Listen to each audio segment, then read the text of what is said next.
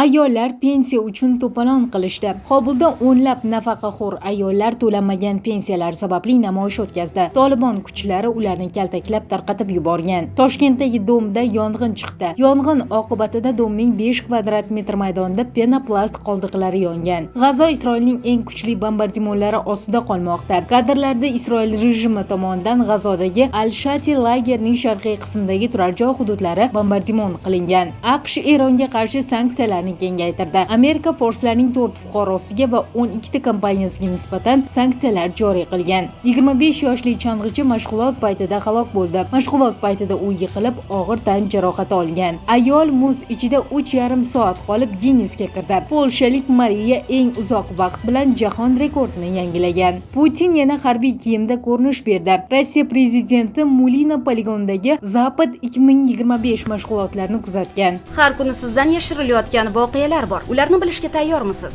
Unda Telegram kanalimizga ulaning. Havola profil shapkasida.